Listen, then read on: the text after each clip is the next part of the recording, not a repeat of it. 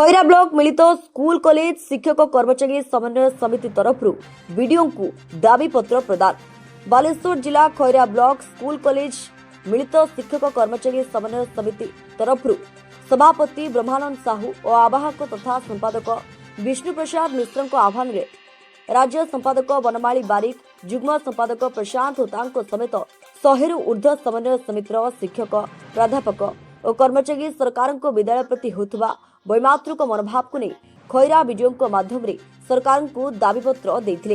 दाबी मध्य वर्तमान योग्य विवेचित विद्यालय मानक अनुदान प्रदान, चाकरी शर्तावली सहित पुराना पेंशन प्रदान, सरकारी विद्यालय परी अन्य विद्यालय छात्र छात्री मानक समान सुविधा सुजोग देवा, सरकारी विद्यालय इंक्रीमेंट अंशगति को दूर कर सीनियरिटी प्रदान करने, नूतन अनुदान प्राप्त विद्यालय कर्मचारी और शिक्षक मानकर अवसर पर पुनः नियुक्ति प्रदान आदि दाबीगुड़िक विषय सरकार को पत्र माध्यम अवगत करी सरकार उक्त दाबीगुड़िक पूरण न करती तेबे आगामी अगस्त 16 आंदोलन निश्चय तीव्रतर होगा सहित स्कूल कॉलेज बंद रहिबो। जो माने योग्य विवेचित स्कूल जो माने रछंती से माने दीर्घ 30 रु 35 वर्ष धरिकी से स्कूल हेलानी, जो शिक्षक कर्मचारी माने सेठी काम करुचंती बिना वेतन रे से माने अवसर मध्य नहीं सारे। आज से स्कूल रहिबो कि नाही ता एक प्रश्नवाची सृष्टि होईछि।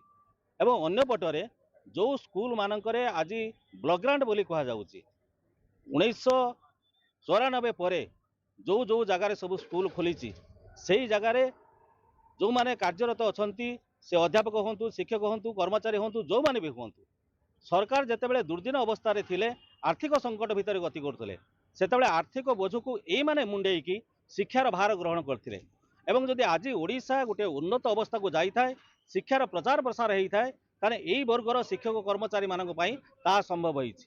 दुख होछि या सेमानकु सेमाने आर्थिक संकट आड़े ब्लॉक ग्रांट देले एवं आज 2026 मसीह मध्य से ब्लॉक ग्रांट रो मोहर लगेकी सेमानकु पेंशन रु वंचित करा जाउछि। यह होछि एक वैधानिक प्रश्न। वैधानिक प्रश्न एइथि जड़े मनीष 60 वर्ष पर्यंत कार्य कला परे जेतेबेले से अवसर नौची खाली हाथ में अवसर नौची तार बंचार अधिकार रोना उपाय औषध पाई एटी सेठी बुली से शेष में रोगरे रोगाक्रांत होकर मृत्युवरण करुच्ची एवं सरकार से कथा शुणु ना। आमे 2016 मसीह एपर्यंत ए प्रकार दाबी करि आसुछु एवं ए बाबद में मान्यवर अदालत मध्य बारंबार निर्देश जारी करछंती जहां सरकार आज पर्यंत पालन करूना। सरकार कहले कौन ना एसेम्बली रे घोषणा कले, माननीय मुख्यमंत्री घोषणा कले जे आमे एक उच्च लेवल कमिटी गठन करूछु, से कमिटी जहाँ जहाँ प्रॉब्लम अच्छी प्राइमरी ठारू यूनिवर्सिटी पर्यंत ताकू से सॉर्ट आउट करिवे। पेंशन बाबद रे, चाकरी शर्तावली बाबद रे एवं अनुदान बाबद रे उच्च लेवल कमिटी तांकर प्रिलिमिनारी रिपोर्ट दे सारछंती एवं से रिपोर्ट को आज पर्यंत ताहा सरकार पब्लिश करू नाहंती। ताकू टाळटुळ नीति रे ताकू समिति कोन करछंती फाइल टाकू पेंडिंग करके रखिछंती। तेणु आमे कहया पाई चाहूचु जो माने अवसर नौचंती आमे एक वैधानिक प्रश्न पचारिया पाई चाहूचु 60 वर्ष परे जदि साधारण मनीष पाई ये सरकार वेलफेयर स्कीम हिसाब रे वार्धक्य भत्ता दे पारुछि, सेमानक पाई आयुष्मान कार्ड टे दे पारुछि बा हेल्थ कार्ड टे दे पारुछि, रेशन कार्ड टे दे पारुछि। आज 60 वर्ष पर्यंत काम कला परे से मनीष जीव कुआडे से बंचिबा केमिति? तेणु ये होछि बंचिबार प्रश्न। से बंचि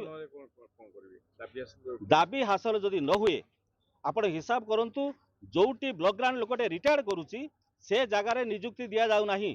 तेणु नियुक्ति पाई मध्ये आमे डिमांड करूचु जदि नियुक्ति दिया न जाए आज आपण देखिबे बहुत स्कूल मानकरे केवल पियोनेटे अछि जे घंटी मारिया पाई सेठी टीचर नाहांती पाठ पढ़ाइया पाई।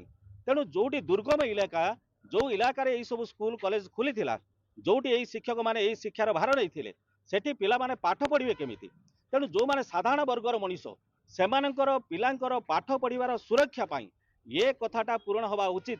एमानकर चाकरी को नियमित भाव में ग्रहण करी पेंशन दे, चाकरी शर्तावल दे, अनुदान दे जदि व्यवस्था करा न जाए तार आगामी दिन में ये शिक्षा व्यवस्था भूषुड़ी पड़ो।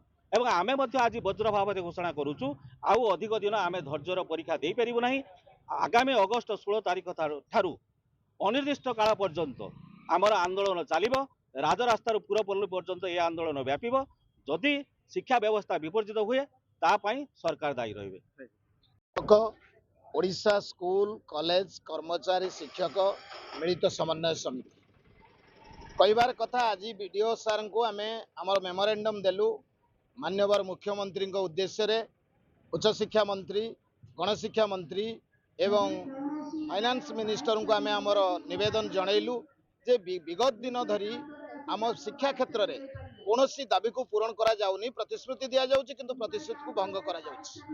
तेणु माननीय मुख्यमंत्री वर्तमान सरकार माननीय मुख्यमंत्री मोहन सार जो अच्छा पूर्वतन सरकार बेले जिते आम गांधी मार्ग में राजरास्त बसीलु माननीय मुख्यमंत्री महोदय से मुख्य सचेतक थिले एवं विरोधी दल नेता से आसी कही आम सरकार आसिले निश्चित भाव में आम शिक्षा क्षेत्र में गोटे विशाल परिवर्तन आणबू कौन माने डिमांड आपण मानकर रही आपण मैंने स्कूल छाड़ी राजरास्ता को आसबे ना किंतु दुख परितापर विषय सर्वप्रथम आम गोटे डिमांड रखिलु जे 194 स्कूल को जो माने दरमा योग्य 30 वर्ष धरी से गोती श्रमिक खटी चली एवं से शिक्षक रिटायर्ड आरंभ कले से कौन पारिश्रमिक गोटाए टंका सरकार एपर्यंत व्यवस्था कले ना।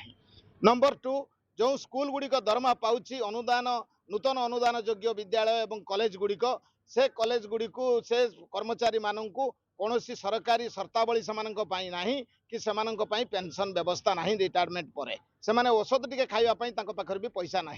नंबर 3 कथा जे आम आसुचु जो पिला माने सरकारी स्तर रे जो पिला मानू सरकार समस्त प्रकार सरकार स्तर सुविधा सुजोग प्रदान करुछंती किंतु अन्य विद्यालय अन्य वर्गर विद्यालय एवं कॉलेज मानू छात्र छात्री मानू समान सुविधा सुजोग दिया जाऊ नाही। जो गुड़िक दरमा पाउनी जो स्कूल गुड़िक कॉलेज गुड़िक से स्कूल छात्र छात्री मानक पई पोशाक नहीं मध्याह्न भोजन नहीं से स्टाइपेंड नहीं से स्कूल नहीं साइकिल पई पैसा भी नहीं किसी से नहीं भीतर चली स्टूडेंट माने से स्टूडेंट गुड़िक कौन वर्तमान सरकार नुहति ओडिशा सरकार नुहति माननीय मुख्यमंत्री को आम जोड़स्तर निवेदन करुँ खूब शीघ्र शिक्षक मानकर दाबी को एवं कॉलेज समन्वय समितिर दाबी को पूरण करी समस्त शिक्षक एवं कॉलेज लेक्चरर मानू से स्कूल को एवं कॉलेज को पठातु यह आमर निवेदन जदि आमर निवेदन को प्रत्याख्यान करती ताले ए आंदोलन ग्रामांचल राजरास्ता गांधी मार्ग पर्यंत जीव ए मात्र संदेह नहीं। एथिरे अभिभावक माने जोग देवे एक्स स्टूडेंट माने जोग देवे वर्तमान छात्र छात्री माने जोग देवे। तेणु माननीय मुख्यमंत्री को पुणी थरे निवेदन करुचु खूब शीघ्र आमर दाबी को पूरण करंतु एतिकी कही रहउची शिक्षक एकता जिंदाबाद इनकलाब जिंदाबाद मिलित समन्वय समिति वेलकम आमर दाबी न्याय्य दाबी मोहन सरकार मानी नियो। बालेश्वर खैरारू धनंजय पंडाको रिपोर्ट स्वतंत्र ओडिशा लाइव।